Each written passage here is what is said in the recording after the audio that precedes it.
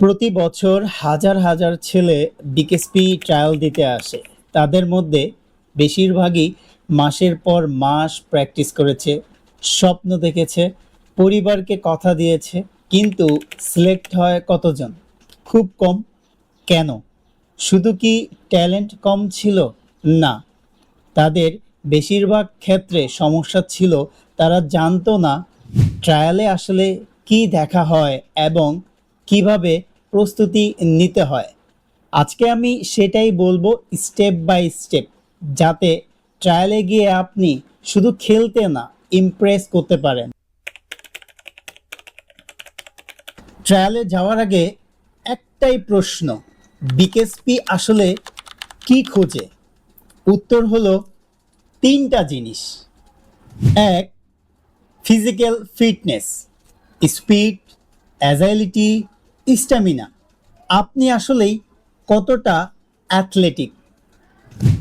দুই, basic technique, batting হলে stance, grip, footwork, bowling হলে অ্যাকশন, সিম পজিশন, লাইন, ফিল্ডিং হলে থ্রোয়িং, ক্যাচিং, গ্রাউন্ড ফিল্ডিং। তিন, কোচেবিলিটি, আপনি কি শিখতে পারেন? কোচ কিছু বললে কি সাথে সাথে অ্যাপ্লাই করতে পারেন?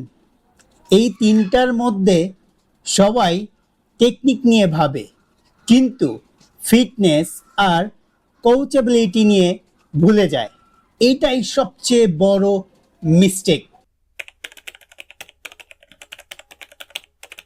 বিকেএসপি ট্রায়ালে ফিটনেস টেস্ট থাকে, রানিং, শাটল রান, ক্যাচিং। আপনি যদি শুধু নেটে প্র্যাকটিস করেন আর ফিটনেসের কাজ না করেন, ট্রায়ালে গিয়ে আপনি হাঁপিয়ে যাবেন। তখন টেকনিক ভালো থাকলেও আপনার শরীর সাপোর্ট দিবে না।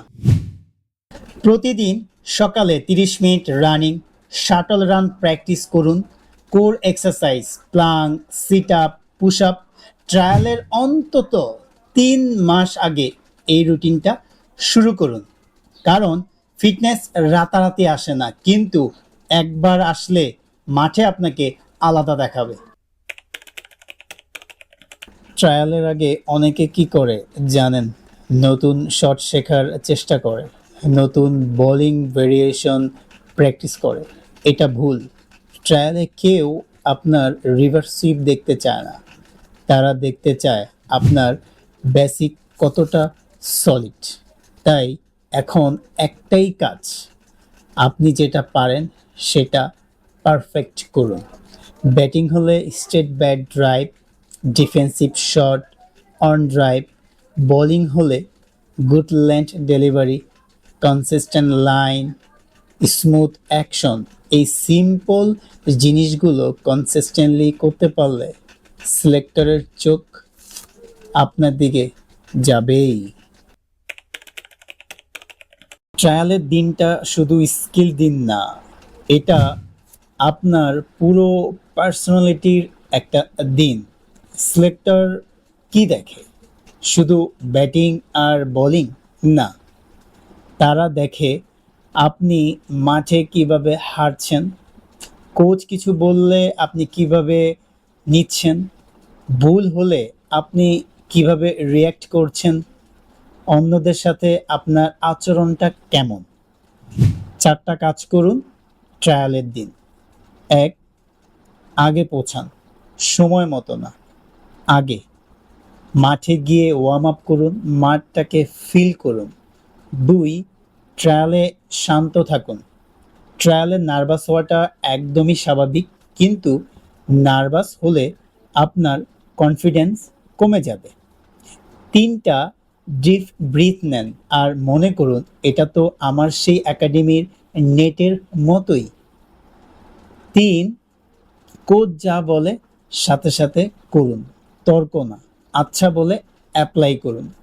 কোচেবিলিটি আপনাকে বাকিদের থেকে আলাদা করবে। 4, একটা ভুলে আটকে যাবেন না, ভুল হবে, সবারই হয়।